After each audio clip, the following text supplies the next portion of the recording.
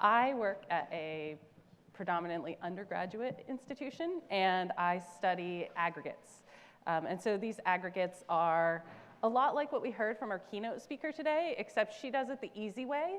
I do it the hard way, using chemicals that we consider would have been around on Earth before there was life, so non-biotic protocells, essentially. And so just as a kind of reminder, there is a history of Earth which started about 4.6 billion years ago, and we think that by 4.4 billion years we have liquid water, which is one of the things that we want when we're making protocells. Then some hydrogeochemistry occurs, and some interstellar chemistry brings material to Earth. And this is a kind of rough estimate, but we think that there were transient volcanic islands at about 4 billion years ago. And then our real definitive, like microfossil isotopic evidence for life is at 3.4 billion years. There are some other hints of life earlier, but I think, really certainly at 3.4. So during this really early period of Earth, we heard that there's a higher probability of pushing material off of the Earth and it migrating to other planets. And maybe at this time we didn't have life, but maybe we had proto-life. And so if these aggregates did move to other planets, maybe they could have acted kind of as fertilizer on those other planets. So that's kind of where I'm going with this talk. So our prebiotic chemical mixtures definitely contained things like hydrocarbons, possibly sugars from a foremost reaction, some of our biological amino acids, some carbon cycle intermediates like acetate, and then also nucleobases are usually present in these geochemical or interstellar reactions.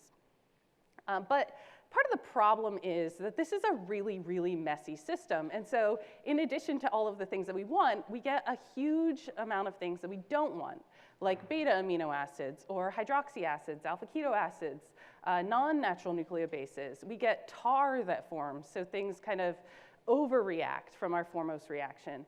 We would have oil that would aggregate at the top of oceans. And then we have really environmental extremes, so extremes of pH, extremes of temperature, and extremes of ionic strength.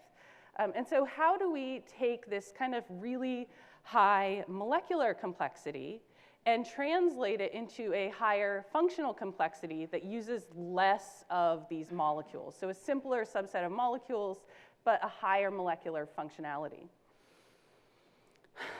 So one of the ways that we could do this selection is by having aggregates form in solution. So these aggregates would co-localize and protect our metabolisms and our genomes. They could allow for selection. So if there is a pressure that's degrading things in the bulk water phase, these aggregates might protect those components and have them be forwarded to a new they're not living, so it's not really a generation, but to the next round.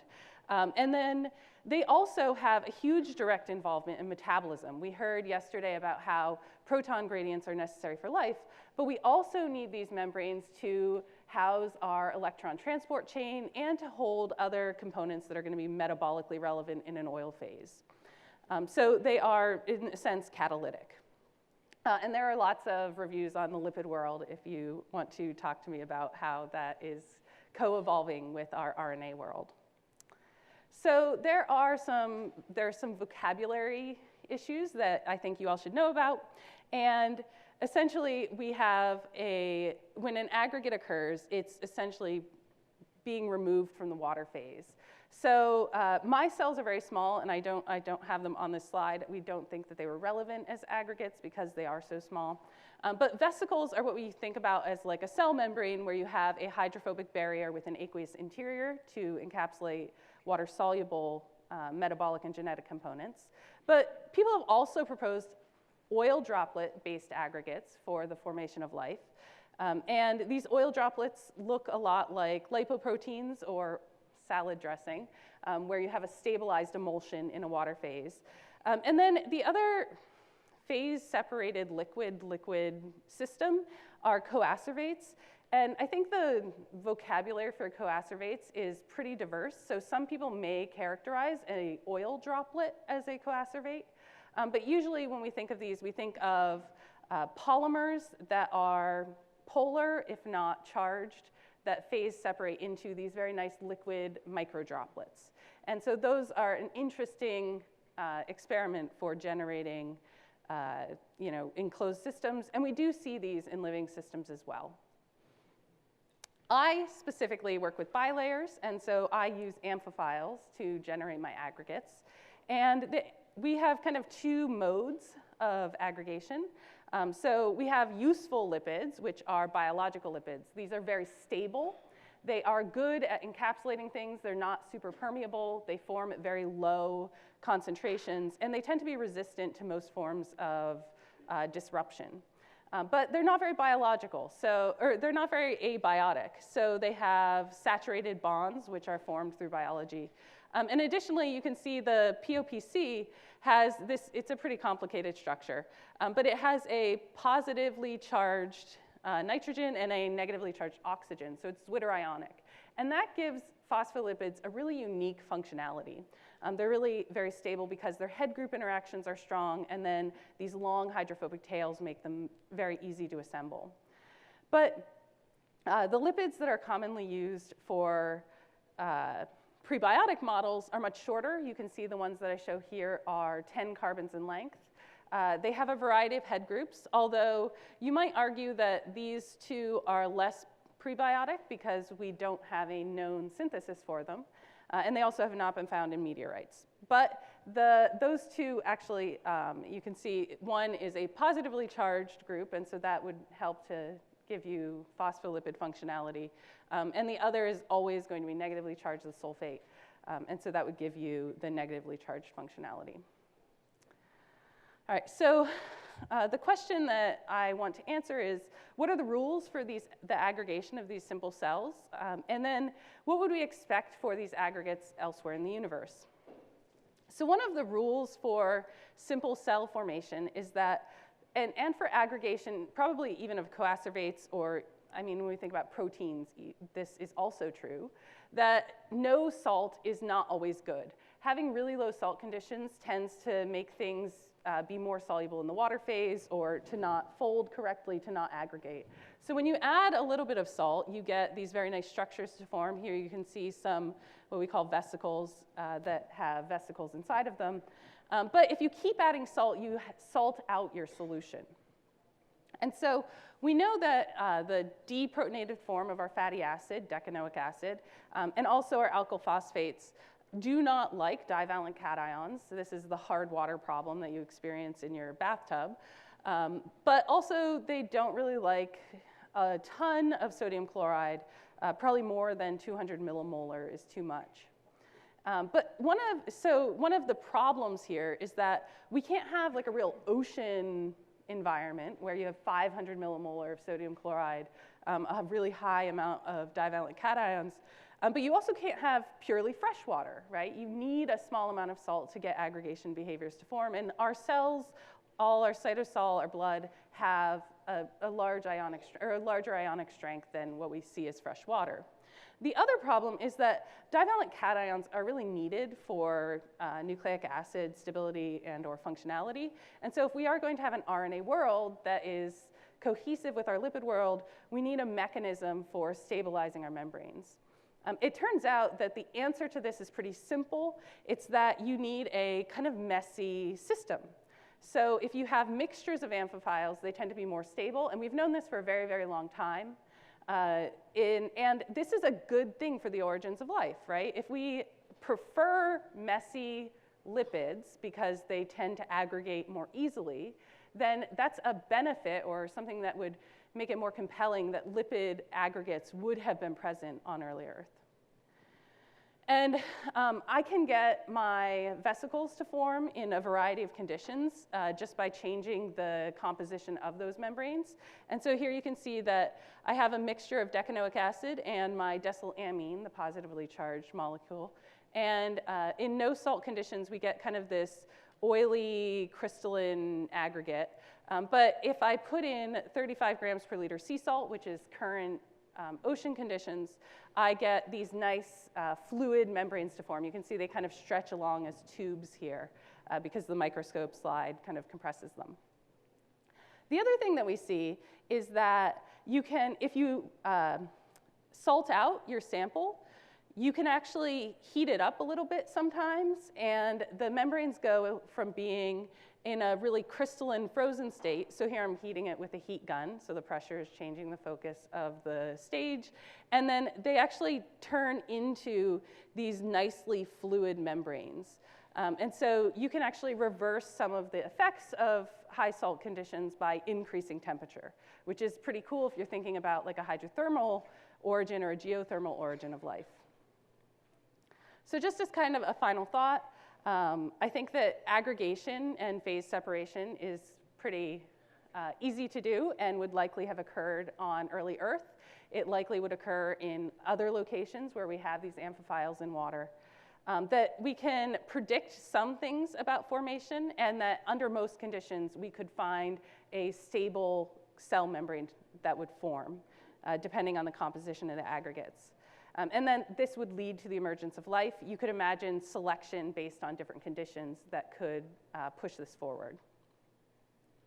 And so just as kind of a last hurrah, I wanted to promote a massively open online course that we've been working on.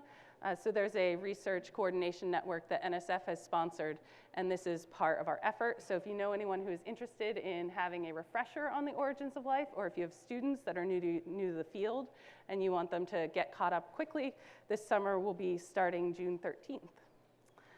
And then finally, I'd just like to thank my students who've worked on these projects, my collaborators, and the institutions that fund me. I'd love to take questions.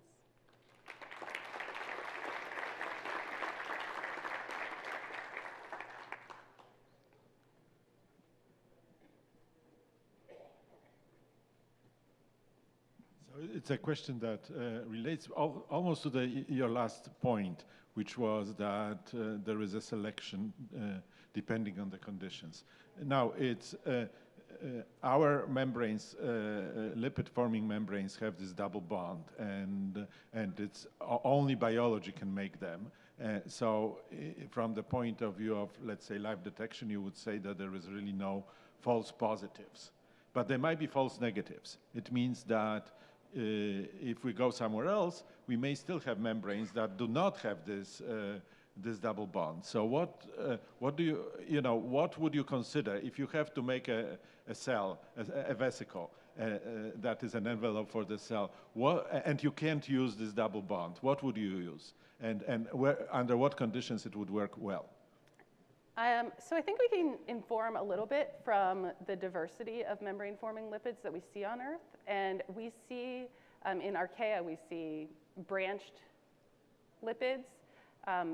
Someone said this earlier, and I thought it really resonated with me, that it seems like these are all modular. And so I do agree that acetyl-CoA makes 2 carbon units, and that makes our fatty acids all even. If you look at archaeal lipids, they're all 5 carbon units that are linked together, so you see 5, 10, 15. And so maybe if we are looking at hydrocarbons, if there's a periodicity in their formation that seems to be more than random, that would be something we could look for. And I will say that the benefit of looking for lipids as a sign of life is that lipids are more robust than either protein or nucleic acids, and so they may be a better biomarker in the search for life elsewhere.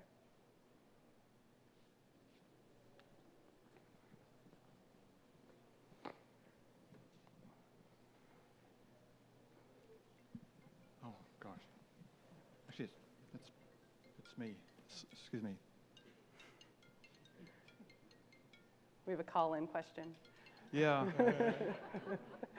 Okay. Sorry about that. This is about the salt. I mean, is there a good paleological record of the salt content of the Earth's oceans? Because it's presumably increasing slowly with time, right? No. No, it's not. So what regulates it? The water-rock interaction that it takes to make oceans salty happens on the timescale of millions of years. And so over billions of years, by the time we get to a few million years of ocean, it's already reached an equilibrium. And then what causes further changes in the composition of the ocean is the water interaction with rock as it's weathering. So as mineral, and I am not a geochemist at all, but as minerals become subducted and as the new crust comes to light, and as the atmosphere changes, we see changes in the composition of the ocean. So the geochemical reality is pretty complex, and the modeling is not very exact. So I think we have pretty broad ranges for our salt concentrations in early oceans. But we do know that, or we do estimate that there was at least as much salt as we see today at that point. Yeah.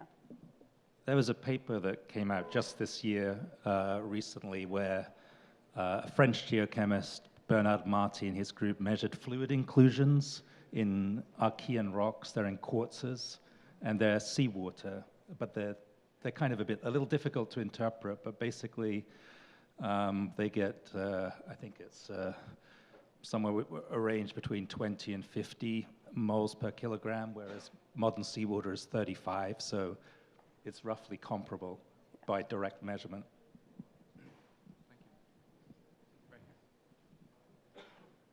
Boron is conserved in seawater, so maybe the boron, all the boron that's ever eroded from land is in seawater now. So maybe you could use boron as a chronometer. Just a suggestion. I'm only an engineer.